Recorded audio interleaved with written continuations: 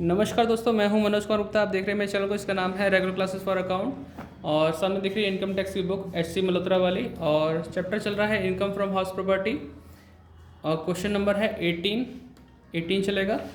और ये क्वेश्चन थोड़ा सा यहाँ है, थोड़ा सा अगले पेज पे है, तो दोनों ध्यान से देख लेना। पहले भी यहाँ से पढ़ा देते हैं क्या लिखा हुआ है। स्टैंड नीचे करते हैं, अब दिखेगा, दिख रहा है? तो अभी पढ़ो। यहाँ लिखा हुआ है Shri Sen is an income tax officer eight Indore. ये सेन है, श्री सेन, ये इंदौर में इनकम टैक्स ऑफिसर हैं। ही ऑन्स 2 रेजिडेंशियल हाउस। उनके पास कितने मकान हैं? 2 हैं रहने वाले मकान। The first house is in Delhi and he has let it out at a rent 3000 per month to a company for its office के लिए उन्होंने किराए पे दे रखा। पहला मकान जो दिल्ली में है, ठीक है, कोई दिक्कत तो नहीं। The second house is at Indore में है। It was construction on 1 March 2022 has been occupied by him for on residence. खुद के रहने के लिए यूज़ किया गया है। ये कंस्ट्रक्शन यहाँ पे डेट दे रखी है, इस दिन को हुआ था। ही टुक अ लोन 60,000 ऑन 1 अगस्त 2017 को 12% के हिसाब से इसने लोन लिया है इस पर। और interest for this purpose construction of this house, यानी कि उसके तो लोन लिया गया इसे बनाने के लिए, ठीक है। उसका जो पर्पस है वो है इसको कंस्ट्रक्शन करने के लिए। The other relevant particular in respect of this house are given below. Municipal valuation दे रखी है दोनों हाउस की अलग अलग। म्यूनसिपल टैक्स दे रखा है इसमें 10% और 6.25%। फायर इंश्योरेंस प्रीमियम दे रखा है 200 रुपये और इधर डैश है। ग्राउंड रेंट है, लैंड एंड बिल्डिंग टैक्स दे रखा है इसमें अलग से। इंटरेस्ट ऑन लोन दे रखा 1000 और नहीं, इसमें नीचे वाला है इंटरेस्ट लोन है, इसमें नहीं दे रखा है, इसमें 7200 दे रखा है। और the ground rent of Delhi house and the municipal tax and rent revenue of the Indore house are unpaid. इसको थोड़ा समझना होगा इस लाइन को। ग्राउंड रेंट ऑफ दिल्ली यानी पहले वाले हाउस का ग्राउंड रेंट अनपेड है, लेकिन म्यूनसिपल टैक्स और लैंड एंड बिल्डिंग टैक्स ये अनपेड है इंदौर वाले का, ठीक है, याद रहेगा। अनपेड, जहाँ अनपेड दे दिया है म्यूनसिपल टैक्स के बारे में, वो चीज़ माइनस नहीं होगी, याद रखोगे। अनपेड हो या फिर म्यूनसिपल टैक्स पे कर रहा हो टेनेंट, तो माइनस नहीं होता, ठीक। या आउटस्टैंडिंग लिखा होता तब भी वो माइनस नहीं होता। अनपेड या आउटस्टैंडिंग पे माइनस नहीं होता, नील कर देते हैं। माइनस कब होगा? जब ऑनर पे करेगा, ठीक है। तो दिल्ली वाले हाउस का म्यूनसिपल टैक्स तो पे हो रहा है, लेकिन उस वाले का अनपेड है। तो यहाँ पे बच्चे अक्सर गलती करते हैं, भैया ये ध्यान से समझ लेना। आगे पेज पे चलते हैं, आगे का हिस्सा पढ़ाते हैं आपको। यहाँ दिख रहा हुआ, यहाँ लिखा Shri Sen was transfer to Ujjain. Shri Sen जो अपने घर में रह रहे थे इंदौर में, उनका ट्रांसफ़र कहाँ हो गया? उज्जैन में हो गया। 1 अक्टूबर 2022 को हुआ। कब ट्रांसफ़र हुआ? 1 अक्टूबर 2022 को। Where he reside in house at a monthly rent 2400। वहाँ जाके वो किराए पे मकान लेते हैं, 2400 रुपये मकान पे वो खुद रह रहे हैं किराए पे। And his house at Indore was let out 1 October. जिस दिन ट्रांसफ़र हुआ उसी दिन से अपना मकान किराए पे छोड़ गए, दूसरी जगह किराए पे रहने लगे। तो ये वाले जो इंदौर वाला मकान है उसमें कुछ समय मकान मालिक रहा, कुछ समय किराएदार रहा। किराएदार कितने महीने रहा? अक्टूबर से लेकर मार्च तक, इस डेट से लेकर मार्च तक। तो मार्च तक 31 मार्च तक 6 महीने बैठेंगे। अक्टूबर, नवंबर, दिसंबर, जनवरी, फरवरी, मार्च, 6 महीने किराए पे रहा। 1500 के हिसाब से किराया मिलेगा, कोई दिक्कत तो नहीं। Compute income from house property of Shri Sen for the assessment year 2023-24। तो 2 हाउस हैं, दोनों को सॉल्व करना है। पहला वाला हाउस किराए पे परमानेंट चल रहा है, सेकंड वाले हाउस में कुछ समय मालिक कुछ समय किराएदार दोनों रहे हैं, कोई दिक्कत तो नहीं। जैसे हमने नोट नंबर 2 लिखवाया था नॉर्मल कंपैरिजन, वही होगा। चलो सॉल्व करते हैं इसे, है ना। तो इस वाले हाउस के लिए 18 क्वेश्चन जो है इंपॉर्टेंट बता रहा हूँ मैं, इंपॉर्टेंट है। एक ये क्वेश्चन मिलेगा, एक इससे जैसे मिलता जुलता एक और आगे मिलेगा, तो वो दोनों इंपॉर्टेंट है, ध्यान से करना। तो computation of taxable income from house property for the assessment year 2023-24 लिख दिया है। पहले हम सॉल्व करेंगे फर्स्ट हाउस। तो यहाँ लिखेंगे फर्स्ट हाउस जो कि हमने लेट आउट कर रखा था, सिंपल। तो उसके लिए लिखेंगे फर्स्ट म्यूनसिपल वैल्यू कितना दे रखा है? 24,000। पहले वाले लिए फेयर रेंट है क्या हमारे पास? नहीं। तो फेयर रेंट हम लिखेंगे नील। देख पा रहे हैं? ठीक है। नंबर 3, किराया पे दिया है, एक्चुअल रेंट कितना होगा? 3000। ये मकान कोई खाली वाली तो नहीं रहा? 3000 इंटू 12, 36,000। ये कोई खाली वगैरह नहीं रहा था, सिंपल सिंपल तो काम था इसका। ठीक है, तो अब इसमें एक्सपेक्टेड कितना होगा? 24,000। पहला तो है 24,000, क्योंकि इन दोनों में से ज़्यादा जो भी होगा म्युनिसिपल वैल्यू फेयर रेंट में वो आपका एक्सपेक्टेड होता है। नंबर 2, एक्चुअल रेंट कितना है हमारे पास? 36,000। तो अब इन दोनों में से ज़्यादा कौन सा है? 36,000। तो वो हो जाएगा ग्रॉस एनुअल 36,000 माइनस करेंगे म्यूनसिपल टैक्स, क्योंकि एक लाइन बोली थी उसने कि ground rent of Delhi house का ग्राउंड रेंट अनपेड बोला था, लेकिन म्यूनसिपल टैक्स नहीं बोला था। म्यूनसिपल टैक्स था इंदौर वाले का अनपेड। अनपेड है तो वहाँ नील करना है, यहाँ पे ऐसा नहीं बोला अनपेड, तो हम यहाँ पे लिखेंगे कितना लिखेंगे? म्यूनसिपल वैल्यू का 10% टैक्स है ना, बोल रखा है। तो म्यूनसिपल यहाँ पहले लिख दूँ म्यूनसिपल टैक्स, जो कि 24,000 की म्यूनसिपल वैल्यू थी, उसका 10% निकालने के लिए बोला, क्योंकि म्यूनसिपल टैक्स म्यूनसिपल वैल्यू का निकलता है, ना कि 36,000 का। ठीक है, तो ये 2400 माना जाएगा। माइनस करना इसमें से कितना आएगा? 36,000 में से 2400 माइनस करो तो करीबन 2,000 ये का 34, 33,600, 33,000। हाँ, तो ये आ गया एनुअल, इतना आ गया। थोड़ा आगे खिसकाते हैं। Less deduction under section 24, first 30% of A भी निकालना है इसी चीज़ का। 33,600 का 30% 10080 है ना, सिंगल जीरो है। ठीक है, ये आ गया। Second, interest on loan. क्या हमने इस पे लोन लिया था क्या? इस मकान के लिए कोई लोन नहीं था, सेकंड वाले के लिए है, तो यहाँ तो नील आ जाएगा। फिर ये आएगा 10,080 रुपये, माइनस करो 33,600। 23520। हाँ, इनकम आ जाएगी, क्योंकि बड़े में छोटा गया, तो income from HP house property. तो बताओ, इसमें तो कोई दिक्कत नहीं करनी चाहिए आपको, इजीली हो गया ये वाला पोर्शन। आप वीडियो पॉज करें, इसे आराम से नोट डाउन करें, फिर आगे वाली वीडियो देखें। ठीक है, तो मैं यहाँ लिख देता हूँ सेकंड हाउस। सेकंड हाउस में पहले तो खुद रहा, फिर बाद में वो किराए पे चढ़ा दिया, तो हम यहाँ पे नॉर्मल कंपैरिजन के हिसाब से चलेगा। पहले आएगा म्यूनसिपल वैल्यू,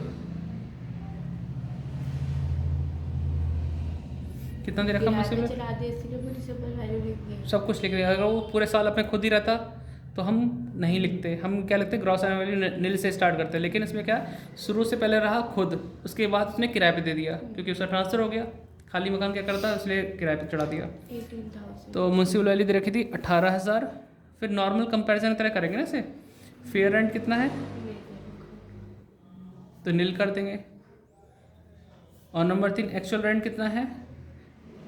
इनका जो ट्रांसफ़र हुआ था कब हुआ था? 1 अक्टूबर को हुआ था ना।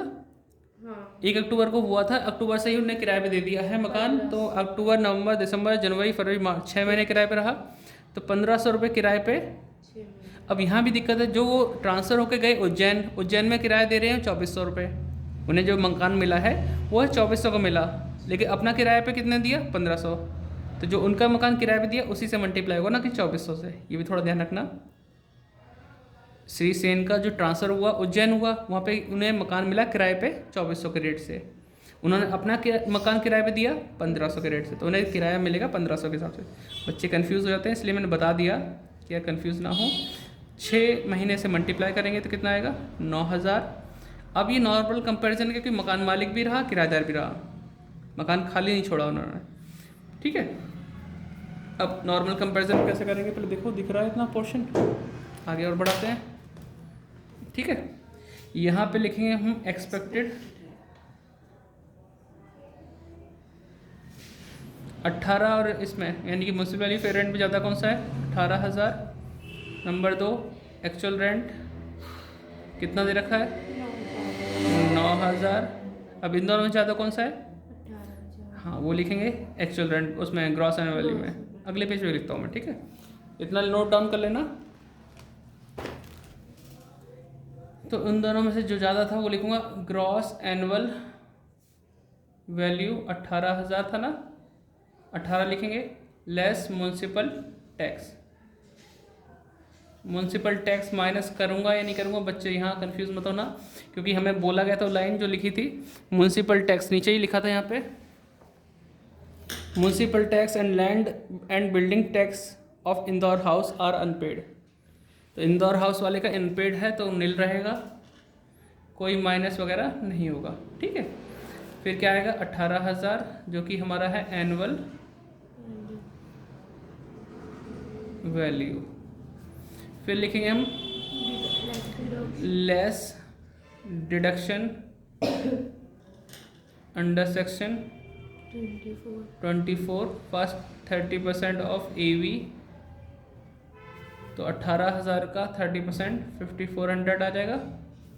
सेकंड होता है इंटरेस्ट और लोन के लिए, हमें अगर सारी डिटेल दे रखी है, कब लोन लिया, कब मकान कंप्लीट हुआ, कितने परसेंट इंटरेस्ट है, कितनी अमाउंट थी, तो हम यहाँ पे पॉइंट लिखते हैं A और B। ए में आता है interest on loan to PY, यहाँ आता है interest on loan prior to PY। वैसे तो लाइन अगर फॉर्मेट देखो बहुत बड़ी है, उसे तो लिख नहीं सकते, शॉर्ट में हमने लिखा कि बताने के लिए ये PY से पहले का इंटरेस्ट होता है, ठीक है। तो ये 2 लाइन लिख दिया, यहाँ पे लाइन खींच दिया, इनका सब टोटल आएगा उसे यहाँ लिख देंगे और फिर माइनस करके आंसर आ जाएगा। लेकिन ये सब अमाउंट फाइंड आउट करनी पड़ेगी, तो हम वर्किंग नोट पे चलते हैं थोड़ा सा। यहाँ लिखते हैं वर्किंग नोट। फर्स्ट लिखेंगे इंटरेस्ट ऑन लोन। उसके लिए हम इंटरेस्ट और लोन के लिए यहाँ लिखेंगे किस तारीख को लोन लिया था, बताओ जरा। 1 अगस्त 2017 को लोन लिया। मकान कंप्लीट कब हुआ? 1 मार्च 2022 को। 1 मार्च 2022 मिल गई ये डेट है। तो यहाँ पे हमेशा डेट आती है लोन लेने वाली और यहाँ आती है मकान कंप्लीट होने वाली। अब इस डेट से पहले 31 मार्च कब पड़ेगा? ये तो खुद 1 मार्च है, इससे पहले मार्च तो 2021 में पड़ना चाहिए, तो 31 मार्च 2021। यहाँ से यहाँ तक का टाइम प्रायर टू PY। यहाँ पे आ जाएगा PY असेसमेंट ईयर 23-24, सबसे पहले क्या साल आता है? 22-23, ठीक है। पहले यहाँ से यहाँ तक गिन लेते हैं। 2017 में जो महीने होंगे अगस्त से गिनना शुरू करेंगे। अगस्त, सितंबर, अक्टूबर, नवंबर, दिसंबर, 5 महीने। 5 महीने 17 के हम कैलेंडर के हिसाब से गिन रहे हैं, कोई बच्चे फाइनेंशियल ईयर से भी गिन सकते हैं, उनकी मर्जी है। 18 के अंदर कितना आएगा? 12। 19 के अंदर आएगा 12। 20 के अंदर आएगा 12 और 21 में आएगा 3, वही जनवरी फरवरी मार्च वाले। तो 12 36, 36 और 8 कितने होते हैं? 5 3 8 ही हो गए ना। 36 8 44 होते हैं टोटल मंथ। जिस दिन यहाँ लोन लिया और यहाँ तक कोई पेमेंट की लोन की, ये वाला एंगल भी देखना चाहिए। जब हमने लोन लिया उस दिन अमाउंट थी 60,000 रुपये, क्या बीच में कोई पेमेंट की है? नहीं। अगर बीच में पेमेंट की होती तो यहाँ पे वो अमाउंट लेस होकर दिखाते कि अब इतनी लोन बचा है हमारा। फिलहाल कोई पेमेंट नहीं किया तो शुरू में ही 60 का था, एंड में भी 60 का ही है। 60,000 रुपये कितना परसेंट? 12%। साल भर का इंटरेस्ट बैठता है हमारा 7200। डिवाइड बाय 12 करेंगे, लिखा है डिवाइड बाय 12 इंटू 44। ये 12 से डिवाइड क्यों किया? क्योंकि मुझे जानना है ये साल भर का है, 12 से डिवाइड करके 1 मंथ का पता चलेगा।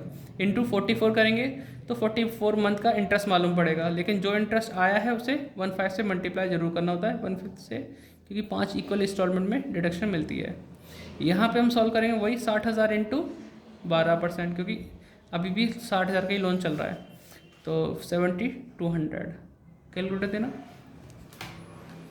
तो यहाँ पे हम 7200 divide by 12 multiply 44 divide by 5 कर दूंगा तो आ जाएगा 5280। ठीक है, तो इसको उठा के यहाँ रख दूँ।